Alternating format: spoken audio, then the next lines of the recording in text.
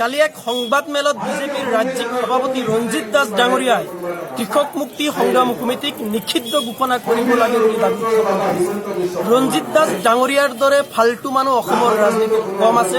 তেওঁৰ কথাৰ কোনো প্ৰতিক্ৰিয়া দিয়াৰ আমাৰ ইচ্ছা নাছিলে, কাৰণ তেওঁ নিজে বৰপেটাৰ মানুহ হোৱাৰ পিছতো বৰপেটাত থাকি তেওঁৰ পাকিস্তানত থকা যেন লাগি বুলিছে। সমগ্ৰ অসমীয়া জাতিয়ে যেতিয়া আন্দোলন কৰি ৰাজপথ উত্তাল কৰি আছিল, সেই আন্দোলন চব্জিৰ বেপাৰী, মাছৰ বেপাৰী, কণীৰ বেপাৰীয়ে কৰি আছে বুলি উপলুঙা কৰিব পৰা ধৰণৰ বক্তব্য তেখেতে কৰিছে।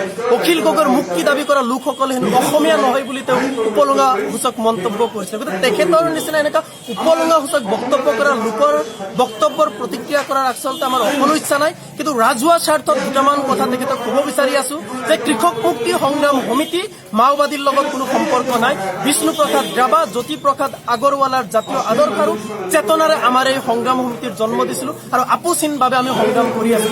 আপোনালোকে যিমানেই ষড়যন্ত্ৰ নকৰক, অপপ্ৰচাৰ নকৰক, অসমৰ ৰাইজে জানে কৃষক মুক্তি সংগ্ৰাম সমিতি অসমৰ খাটি খোৱা কৃষক শ্ৰমিক লোকসকলৰ অধিকাৰ ৰক্ষাৰ কাৰণে গণতান্ত্ৰিকভাৱে সংগ্ৰাম কৰি অহা এক সংগ্ৰামী সংগঠন।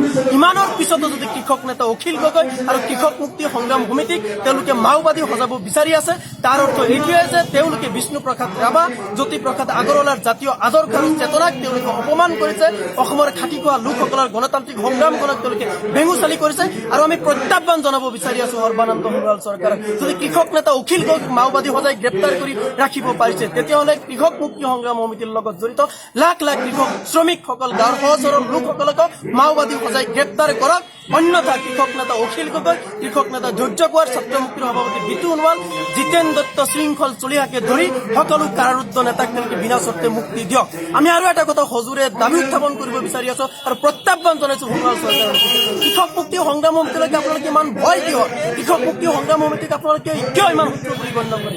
আমি জানো যে কৃষক মুক্তি সংগ্ৰাম সমিতিৰ আপোচহীন সংগ্ৰামক আপোনালোকে ভয় কৰে আৰু কৃষক মুক্তি সংগ্ৰাম সমিতিৰ এই আপোচহীন সংগ্ৰামক ধ্বংস কৰিবলৈ, কৃষক নেতা অখিল গগৈৰ প্ৰতিবাদী কণ্ঠ ৰুদ্ধ কৰিবলৈ আৰু কৃষক নেতা অখিল গগৈৰ নেতৃত্বত যাতে অসমত ভৱিষ্যতে অসমৰ জনগণৰ প্ৰকৃত বিকল্প ৰাজনীতি গঢ় লৈ নুঠে, তাক আচলতে ৰুদ্ধ কৰাৰ কাৰণে দীৰ্ঘদিন যাতে কৃষক নেতা অখিল গগৈ কাৰুদ্ধ কৰি ৰাখিব পাৰে তাৰ ষড়যন্ত্ৰ কৰি সম্পূৰ্ণ ভুৱা অভিযোগেৰে কৃষক নেতা অখিল গগৈক মাওবাদীৰ লগত সম্পৰ্ক থকা বুলি আপোনালোকে ৰাষ্ট্ৰদ্ৰোহৰ গোচৰ জাপি দিছে। আমি আপোনালোকে প্ৰত্যাহ্বান জনাব বিচাৰো, কৃষক নেতা অখিল গগৈক মাওবাদী বুলি তেখেতৰ ঘৰত তালাচী চলালে, কৃষক মুক্তিৰ মুখ্য কাৰ্যালয়ত তালাচী চলে, কিন্তু কি পালে আপোনালোকে অসমৰ ৰাইজক সেই কথাও জনাওক, সেই সাহসখিনি আপোনালোকে জনাবলৈ গ্ৰহণ কৰক। আমাৰ প্ৰত্যাহ্বান